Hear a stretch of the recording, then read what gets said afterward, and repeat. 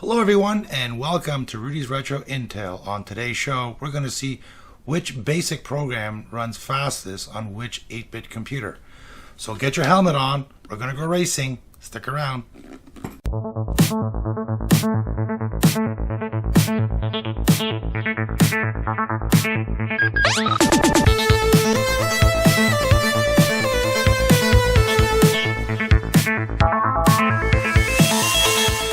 So why 8-bit computer racing? Well, every year around this time I pull out all my vintage computers, in this case I pull out all the 8-bit computers, and I put them on the bench and I run a program, like I'll run a game, I'll play with them for a bit just to make sure that the computer's working, I'm not getting any memory errors or other errors, the drives or cartridges are still working with the unit, and basically play around with them.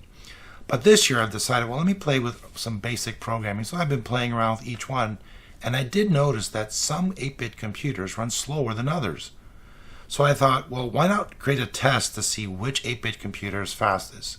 So I've spent several hours getting them all out, plugging them in, writing the program, type it all in, and then run it and save it, and also record it. And it's taken many hours. So here's the results of what I've done. So let's peek inside and poke around.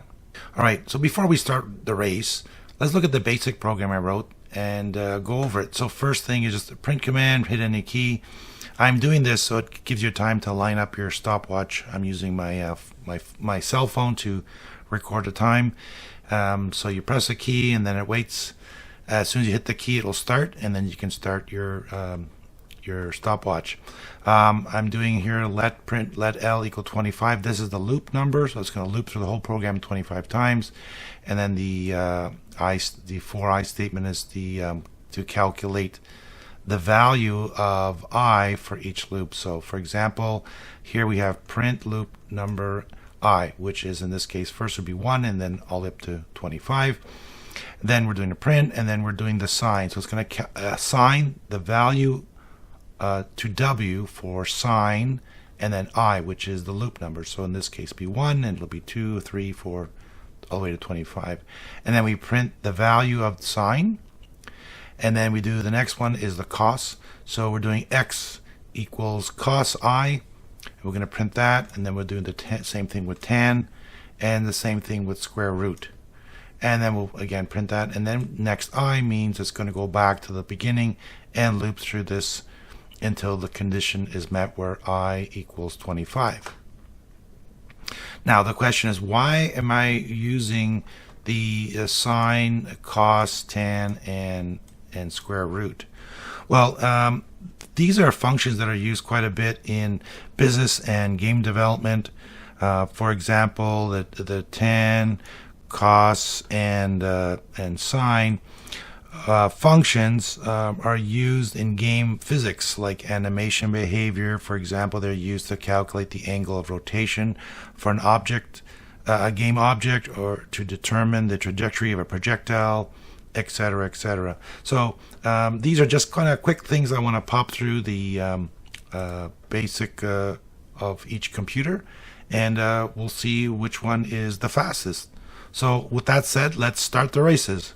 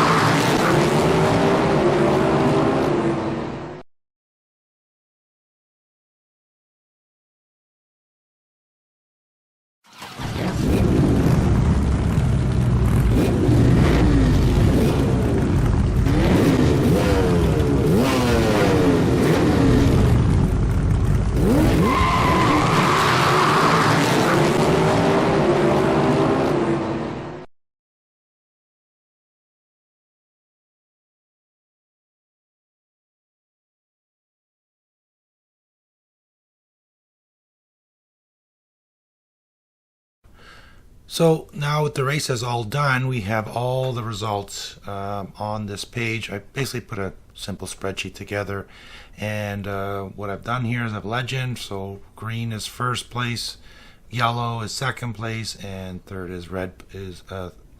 place is red.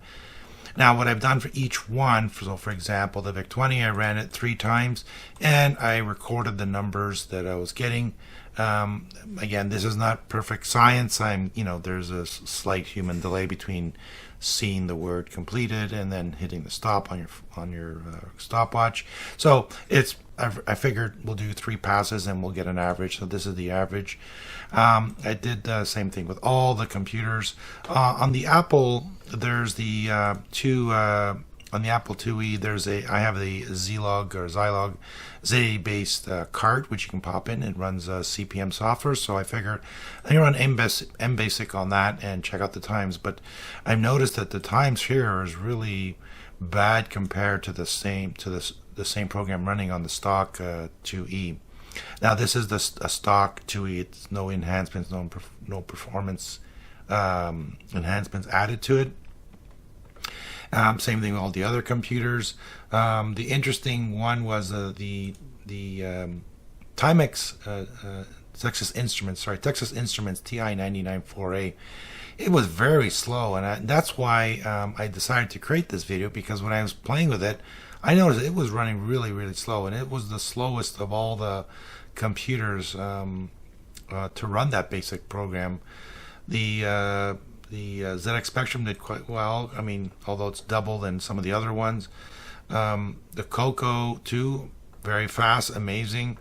The Atari 600 XL was actually slightly faster than the Commodore PET, the 8032. Well, they're pretty close in numbers, but interesting results here that I've collected, and I still have some more computers I want to test, but we'll see about those later on at some other time. So here are the results. If you want to take a look at these, do a screenshot. I would like to do more computers, maybe 16-bit computers and others.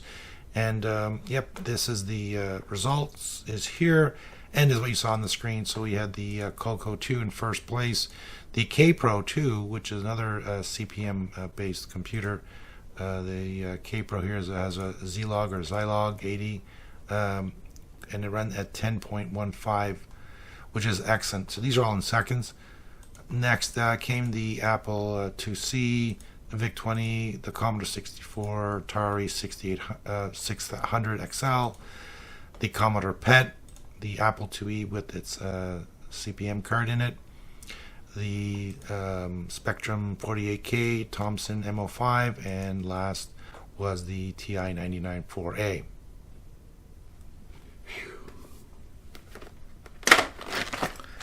Well, that was fun.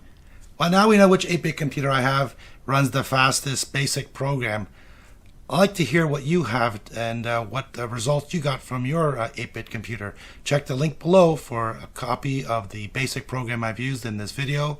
Thanks for watching. Take care.